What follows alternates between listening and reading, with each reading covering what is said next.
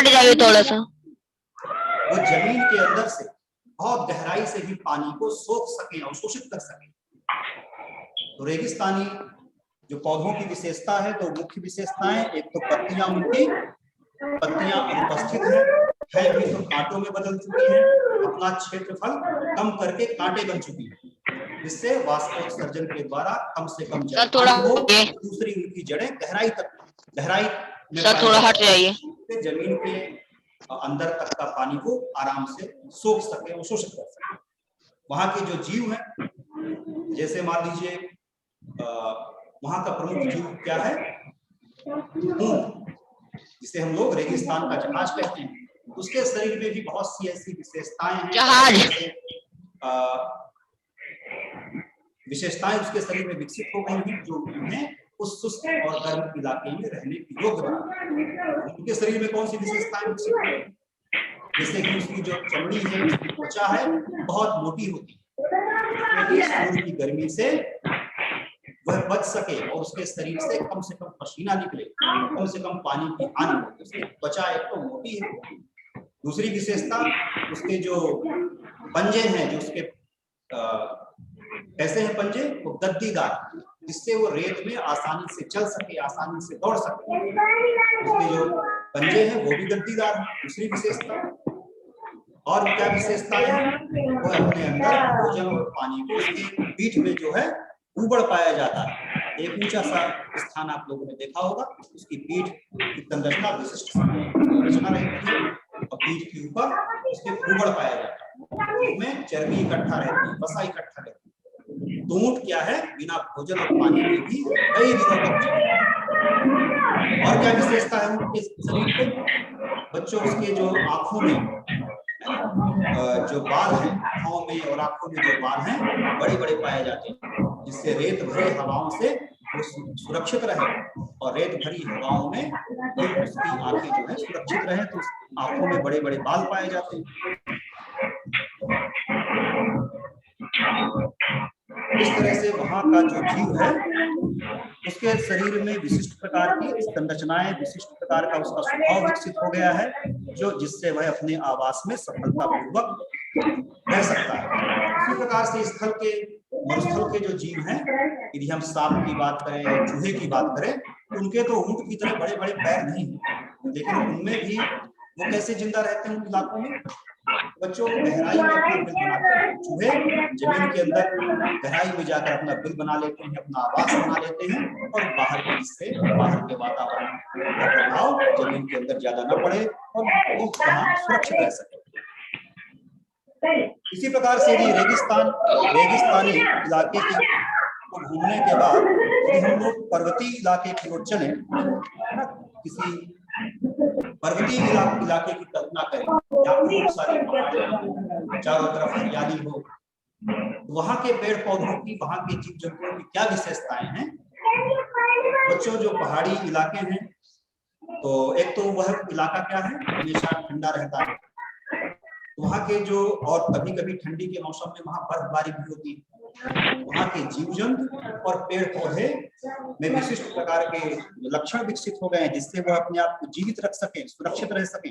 तो क्या कौन कौन सी विशेषताएं हैं, एक तो जो ठंडे इलाके में या पर्वतीय इलाके में जो जीव जंतु पाए जाते हैं, उनकी त्वचा मोटी होती है, तो सर्दी से, सर्द मौसम से उनकी सुरक्षा करती है। साथ ही उनके शरीर में बड़े बड़े बाल पाए जाते हैं, बड़े बड़े फर पाए जाते हैं। जैसे यदि हम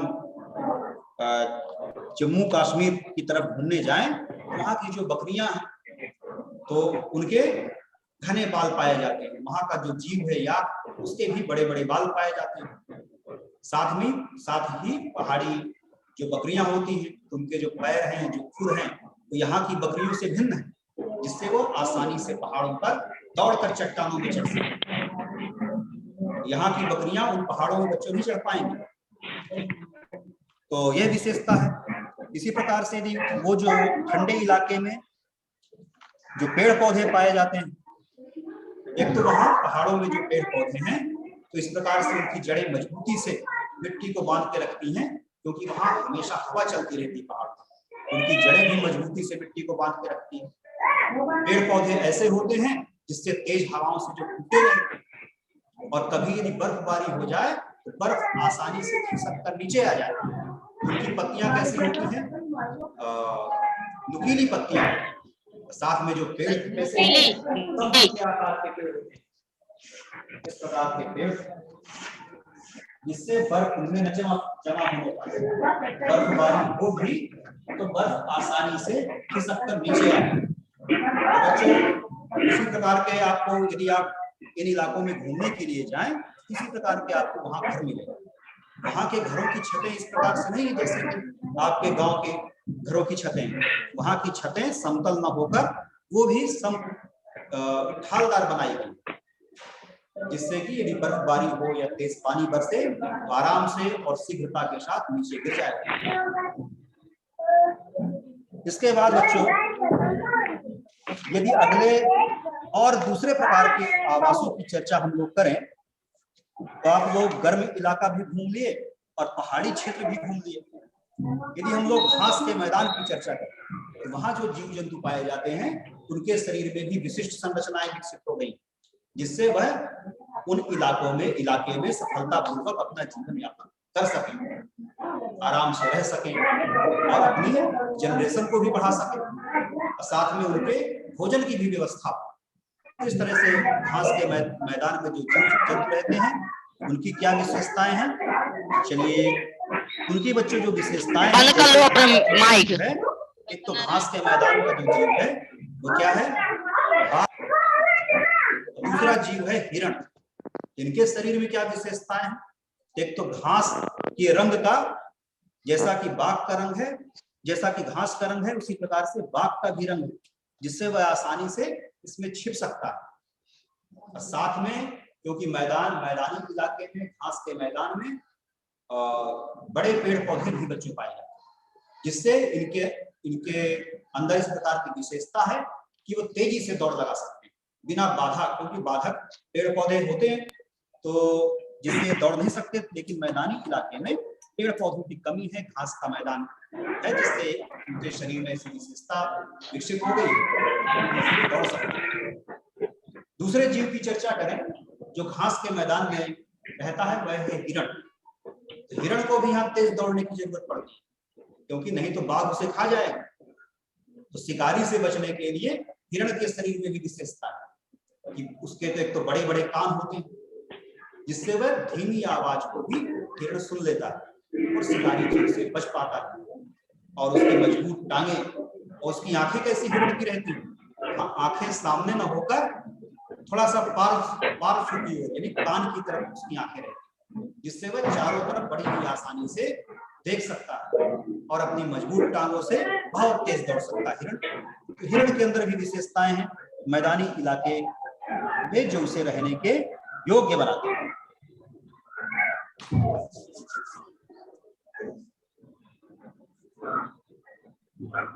इसी प्रकार से बच्चों यदि जलीय आवास की हम लोग चर्चा करें कि वहां के जीव जंतुओं के शरीर में क्या विशेषताएं हैं, या फिर वहां जल में पाए जाने वाले जो पेड़ पौधे हैं, वनस्पतियां हैं, क्या विशेषताएं हैं। जैसा कि सभी बच्चों ने तो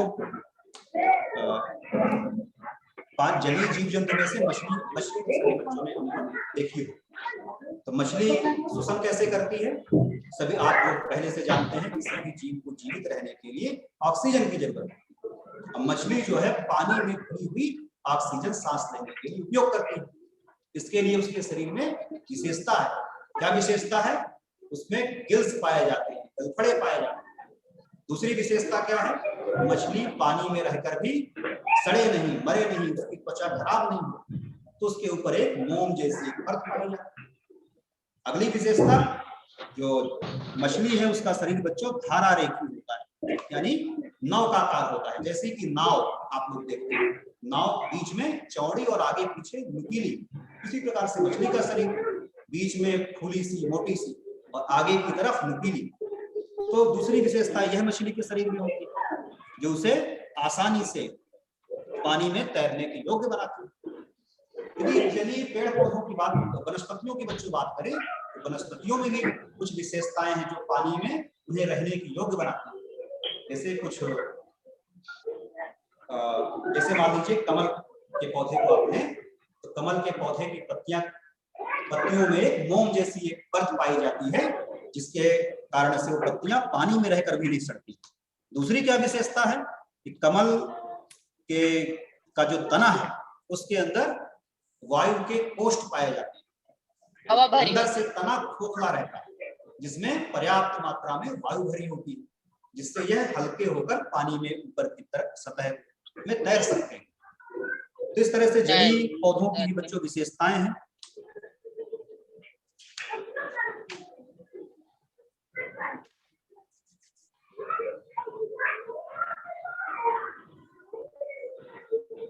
आगे बच्चों बताया जा रहा है कि सजीवों में कौन कौन सी विशेषताएं पाई जाती हैं, इस पे भी थोड़ी सी चर्चा आपकी बुक में की गई कि सजीवों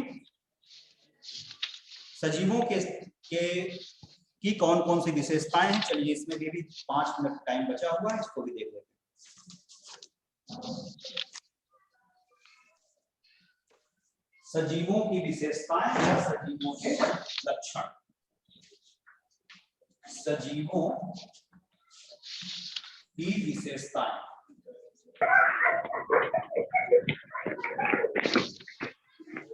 इस पर हम बात करेंगे। बच्चों सजीवों की पहली जो विशेषता है वह है पोषण। सभी सजीव जीवित रहने के लिए, अपनी वृद्धि करने के लिए, विकास करने के लिए और अपने आप को रोगों से बचाने के लिए भोजन ग्रहण करते हैं। तो सभी सजीवों की जो पहली विशेषता है कि सभी सजीवों में पोषण की क्रिया पाई जाती है। सभी भोजन ग्रहण करते हैं और अपनी वृद्धि और विकास करते हैं। और दूसरी विशेषता है वृद्धि। सभी सजीव वृद्धि करते हैं। और आप लोग देखते हैं कि मान लीजिए कोई पालतू जानवर आपके घर में है, मान लीजिए गाय है। अब गाय ने जन्म के समय छोटा सा बछड़े को जन्म दिया, तो देखते हैं कैसे आपको देखते देखते वो छोटा सा बछड़ा बड़ा हो जाता है। इस प्रकार से यदि आप मिट्टी में किसी बीज को रोपित करते हैं, ऐसे वो अंकुरित होकर धीरे धीरे उसमें जड़ें विकसित होंगी और इसके बाद उसमें पत्तियां निकलने लगेंगी और धीरे धीरे आपको देखते देखते वह बीज एक विशाल वृक्ष बन जाएगा। तो बच्चों सजीवों की यह भी विशेषता है, सजीवों में वृद्धि पाई जाती है। सजीव गति करते हैं सर। विशेषता सभी सजीव गति करते हैं। और जो भी जीवित हैं सभी जीव श्वसन की क्रिया करते हैं। श्वसन में वो ऑक्सीजन गैस लेते हैं और कार्बन डाइऑक्साइड छोड़ते हैं। अगली विशेषता कौन सी है? सभी सजीवों में उत्सर्जन की क्रिया पाई जाती है। ठीक है, तो बच्चों हमारे शरीर में जो भी हानिकारक पदार्थ बनते हैं, तो सभी सजीव उन हानिकारक पदार्थों को, उन अनुपयोगी पदार्थों को शरीर से बाहर निकालते हैं। तो जिस क्रिया के द्वारा निकालते हैं उसे हम लोग उत्सर्जन की क्रिया कहते हैं। तो सभी सजीवों में उत्सर्जन की क्रिया पाई जाती है। श्वासन की है सर। ठीक है, सभी सजीवों में संवेदना पाई जाती है। तो बच्चों किसी भी क्रिया के प्रति सभी सजीव अनुक्रिया करते हैं। मान लीजिए रात्रि के समय आप अंधेरी सड़क पर चले जा रहे हो और सामने से कोई ट्रक की तेज लाइट आपकी आंखों में पड़े तो आपकी आंखें चौंधिया जाती हैं और आपकी पलकें झपक जाती हैं, आंखें बंद हो जाती हैं। इसी प्रकार से अचानक पैर में आपके कांटा चुभ जाए, क्या है, झट से पैर पीछे की ओर। तो बच्चों सभी सजीव किसी भी क्रिया के प्रति अनुक्रिया करते हैं। इसे हम लोग कहेंगे कि सजीवों में संवेदना पाई जाती है। तो पेड़ पौधे भी सजीव हैं और उनमें भी संवेदना पाई जाती है। यदि आप लाजवंती या छुई मुई के पौधे को छुएंगे तो कैसे वो सिकुड़ कर इकट्ठा हो जाती है उसकी पत्ती, उस समय के पश्चात फिर से वो बिखर जाती है। तो पौधे हों या जीव जंतु हों, उनमें संवेदना पाई जाती है। गति, तो बच्चों गति सजीवों का यह भी प्रमुख गुण है कि सजीवों में गति पाई जाती है। वो भोजन की तलाश में या आवास की तलाश में इधर से उधर टहलते रहते हैं। तो सजीवों की यह भी विशेषता है कि सजीवों में गति पाई जाती है। पेड़ पौधों में बच्चों सजीवों की तरह गति नहीं होती। जिस प्रकार सजीवों में होती है, उस प्रकार से गति नहीं होती। प्रजनन, अगली विशेषता जो है सजीवों की वो है प्रजनन। सभी सजीव अपने जैसे संतानों को जन्म देते हैं। यह जो विशेषता है क्या कहलाती है? इस क्रिया को हम लोग प्रजनन की क्रिया कहते हैं। सभी सजीव, चाहे पेड़ पौधे हों या फिर अन्य जीव जंतु हों, वो अपने जैसे संतान उत्पन्न करते हैं, जिसे हम लोग प्रजनन की क्रिया कहते हैं। इस तरह से सजीवों की 6 विशेषताएं हैं बच्चों। तो आज की क्लास में इतना ही।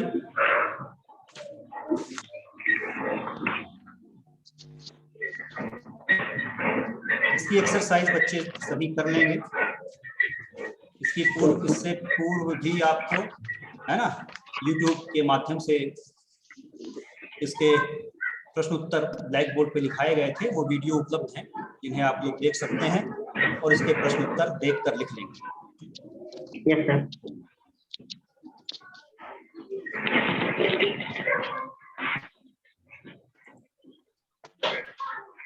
Satyanarayan, yes sir. कोई परेशानी है सत्यनारायण? ठीक चल रही है तुम्हारी नहीं क्लास? सर। Yes sir. अच्छा ठीक है। अनमोल कुमार, यस सर। हाँ, कोई दिक्कत, कोई परेशानी है? नहीं सर। कोई परेशानी नहीं, ठीक है। सब लोग पढ़ते रहेंगे, कॉपियां अपनी बना लेंगे, और एनुअल एग्जाम जो है, वार्षिक परीक्षाएं तुम्हारी बहुत नजदीक हैं और मार्च के प्रथम सप्ताह में सर मार्च में प्रारंभ होगी। हाँ सर स्कूल में होंगी। Sunil Kumar Anuragi, yes sir. आवाज आ रही है? Yes yes sir. सर। हाँ ठीक। सतीश पांडे, जी सर। किसी प्रकार की कोई परेशानी? No sir.